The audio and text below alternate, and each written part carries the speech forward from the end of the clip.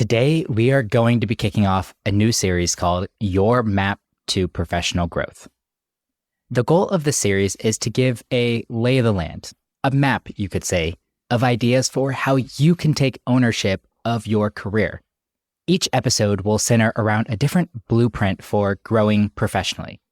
For example, an upcoming episode is about assembling a personal board of advisors and how this team can help guide you on critical career decisions. In another episode, we'll be talking about personal development books and covering topics like how to choose the right one, reading retention strategies, and how to implement what you're learning. But all of these tools are useless, just like a map, if you don't know where you want to go. It seems fitting to kick off this series with a conversation about setting professional goals for yourself. In particular, there are 3 categories of goals that I want to discuss today. Having a sense of your professional goals and what you want from your career, at least in the near-term future, is going to give you a starting place when implementing the strategies that we will be talking about in the rest of this series. If you're ready to get serious about your professional growth, understand the map ahead, and pick a direction that is going to get you excited, well then, let's get into it. You know those moments where you think, I wish I would have learned this in school? Those are the topics that we love to talk about. Join me each week as I interview experts sharing their strategies for solving problems that us young adults will face throughout our 20s and 30s. So what are you waiting for? If you want new episodes about adulting advice every Monday, hit that follow button.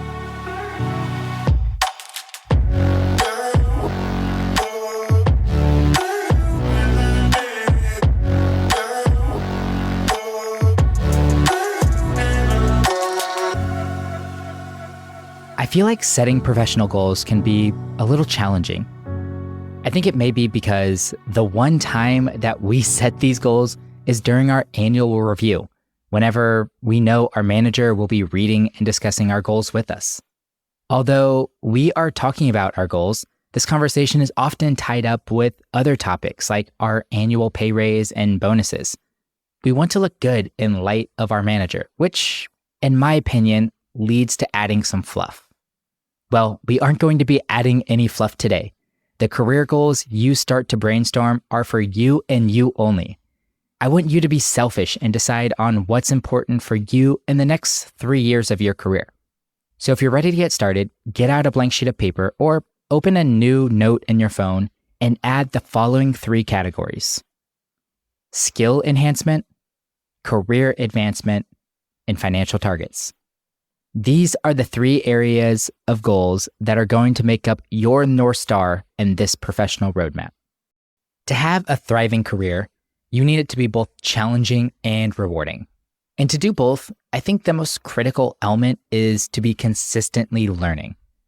That is why I want you to decide on at least one skill that you'd like to enhance over the next 12 months. This could be a soft skill such as leadership, empathy, or communication. Or you could also focus on a technical skill, such as project management, website development, or Google Sheets. To give you some focus for a potential skill enhancement goal, here are a couple of questions to write down and reflect on. Number 1, what are the most important critical skills required for the position I'd like to have next? If you aren't sure about this, set up an informational interview with someone who has that role. Ask them a question such as this: what do you feel like are the most important skills that make you successful in your role? Number 2, which of my current skills has supported me the most during my current role? Sometimes it's best to double down and continue developing your role as a specialist in a particular skill set. This has really helped me. I learned Excel early on in my career. I doubled down on it and became the Excel master inside of my organization. And that led me to projects and initiatives that I probably wasn't necessarily ready for. But since I had this particular skill set, I was brought in to that project team. Number 3, what skills are becoming more important in my industry, company, and team? Is it the rise of artificial intelligence? Or maybe my team is doing more contract reviews and legal skills are becoming a bigger need. Give some thought to an upcoming skill that might be needed in your industry, company, or team, and put some focus on developing that for yourself. Number 4, what's a new skill that is seemingly unknown to me that could complement my current skill set well? This one can be a little bit tricky, but if you need some defaults, negotiation and public speaking always seem to be skills in high demand and become more and more important as you become closer to executive leadership roles. These two skills or a different skill could complement your current skill set really well, so give some thought to what those might be. You are naturally going to get better at any skill you are consistently using over time, but I want to help supercharge skills that are extremely important to your future career success. We are going to be getting intentional about any of those key skills and utilize the strategies and the rest of the series for making quick progress on them. After you've taken some time to reflect on these questions, circle 1 or 2 skills that you'd like to formalize a professional goal around. Our second category is career advancement goals. My guess is if you're listening to this podcast, you are not someone that is satisfied in your current position. You may be proud of the accomplishments you've made to date, but you know there is more ahead for you. So what is that? Do you have your sights set on a promotion next year? Do you want to make a lateral move? Explore a new department? Maybe switch employers? You don't have to lay out the next 30 years of your career, but it is important to have a goal in mind for your next career move. Take some time to reflect on this. If you're stuck, call a mentor and ask them to act as a sounding board. But before you start the next episode of this series, I want you to have one near-term goal in mind. Get as specific as possible. Write down the job title, the department, your employer. How many team members do you want to work with? How long do you expect yourself to be in that role?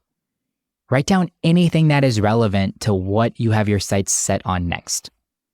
A target like this is always fluid, as new career opportunities can present themselves at any time, but having a clear direction on where you want to head is important, especially when you are deciding where to put your energy in your professional growth.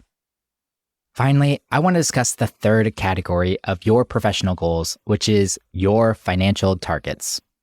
In an ideal world, how much would your salary be? What are your investment goals over the next, let's say, 5 to 10 years? Are you saving for any big purchases, such as a home, a car, or a wedding? Do you need to build up cash for a rental property or to start a business? Your financial targets are important, so don't be shy about this. For better or worse, you have to consider the balance between passion and a paycheck within your career. We talked about this extensively in episode 117, so I don't want to get into it too much here, but if you're looking at your answers to the questions above and recognizing that something needs to change about your current career path in order to accomplish your financial targets, well, that is going to be an important consideration in your professional growth plan. You might need to upskill or reskill in order to quickly grow within or change your career path. The great news is that early career professionals have so much opportunity to grow financially. Personally, I saw my earning power 2x between the ages of 25 to 29. And if you need to, you can do this as well. As we move through this series, I want you to keep these financial milestones in mind and use these as fuel to keep you motivated with your work ethic and discipline. As we conclude this episode, I hope you've taken a lot of notes and will take time to reflect on and develop your own professional goals. Accomplishing a goal from any of these 3 categories is worth celebrating, but I think the real power lies in alignment between all 3. Knowing the skills you want to develop, the role you want to step into, and the financial targets that you want to hit will give you a really clear picture of where you are headed as a professional in your early career. For the rest of the series, you can focus on implementing the strategies that are going to help you get to that ultimate destination. I'm looking forward to the next episode, and if you are too, hit that follow button so you don't miss it. Until next time, love y'all. thanks for listening to the episode. As always, I appreciate your kind words. If you want to leave us a rating and review on your podcast player right now, that would absolutely make my day. If you want to find episode show notes, our blog, and other great resources, head over to tsirpodcast.com. If you have follow-up questions, an idea for a future episode, or just want to say hi, we have a contact form on our website, and those messages go straight into my inbox, and I promise you, I will reply. But all right, guys, I really appreciate you tuning in. I love you all, and you're not alone. Let's keep making it through our struggles together.